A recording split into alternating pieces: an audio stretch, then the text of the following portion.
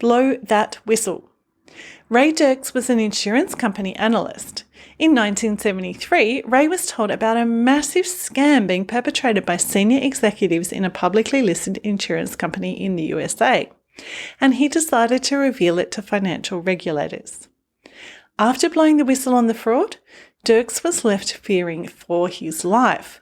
A contact warned him to switch hotels and use an alias so that he wouldn't meet with an accident. He was also accused of insider trading because he warned other people about the fraud before going to the regulator.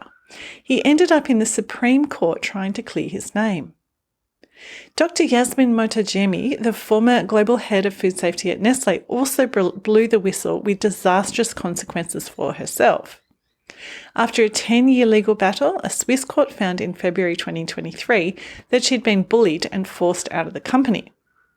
Unfortunately, Dr. Motajemi's whistleblowing does not seem to have had the impact she desired. In March 2022, years after she left the company, 56 people became ill with enterohemorrhagic E. coli linked to the flour in Nestle pizzas. 2 people died. This outbreak was alarmingly similar to one in 2009, in which Nestle was responsible for another enterohemorrhagic E. coli outbreak in the United States, also due to contaminated flour, but this time in cookie dough. The 2009 outbreak should have meant that Nestle was aware of the risks posed by enterohemorrhagic E. coli contamination in flour. When Dr. Motajemi raised the alarm with Nestle's upper management in 2009, she said she was ignored, humiliated, slandered, and had her position downgraded. This was a failure of whistleblowing, one in which internal concerns were ignored. Nestle did not have enterohemorrhagic E. coli on their radar for flour, said Dr. Motajemi in a virtual event I attended earlier this year, even though it had previously caused the Toll House cookies dough outbreak.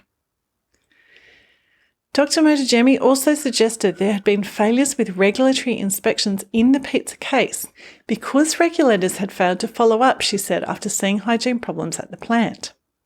Third-party audits to ISO 22000 standards also failed to succeed in eliminating the E. coli risk. Regulators and certification bodies have a lot to lose when whistleblowers speak out about the companies they regulate and audit. The whistleblower is not only revealing problems at the company, but is also implicitly accusing the regulator or auditing body of being ineffective or even negligent. Regulators and auditors should also be blowing the whistle, but they're actually much less likely to do so than company employees, according to researchers who reviewed large financial frauds in US companies.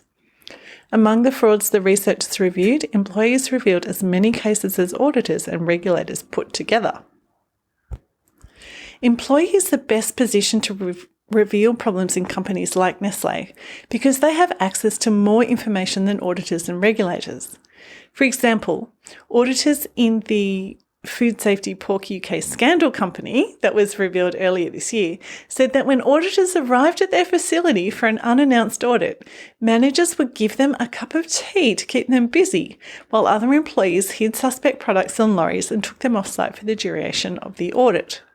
One employee even claimed that if the meat could not be hidden on vehicles, workers would be ordered to put it onto a trolley and push it around the factory, staying out of the way of the auditor so it would not be seen. But if employees are the best people to report problems in food safety, they also have the most to lose. Cheryl Eckhart, the QA manager at a large pharmaceutical company, said she lost both her job and her friends when she reported medicines being made in appalling hygiene conditions and with contaminated water at one of her company's facilities. It's not just senior employees who've got a lot to lose if they blow the whistle.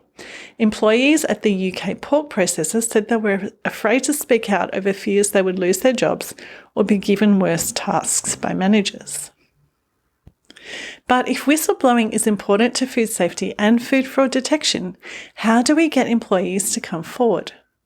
Tim Harford, economist and author of a podcast episode about whistleblowing, says that the key is for companies to create a culture in which whistleblowing is seen as being loyal to the larger community and company, instead of being disloyal to your immediate colleagues. And then there is money. Monetary rewards for whistleblowing do work. When there is an opportunity to receive a payout for information, that can increase employees' motivation to report a problem, says Harvard. South Korea rewards people who provide tip-offs about tax frauds, unsafe food, unlicensed medical products, and more. In the USA, the False Claims Act allows for rewards for people who alert the government that they are being ripped off by a supplier. Under the Act, Cheryl Eckhardt got a payout related to the dangerous medicines produced by her former employer because they'd been purchased by the US government for welfare programs. Her payout was $96 million. While $96 million seems like a lot of money for a quality manager who was, after all, just doing her job, researchers who interviewed whistleblowers reported that most would not do it again if they were in the same situation because it was just not worth the stress. We do need people to speak up when they see something that is not right in food production. A significant number of food fraud cases are revealed by tip-offs from insiders and suspicious consumers. Lives can be saved when whistleblowers prevent food safety outbreaks.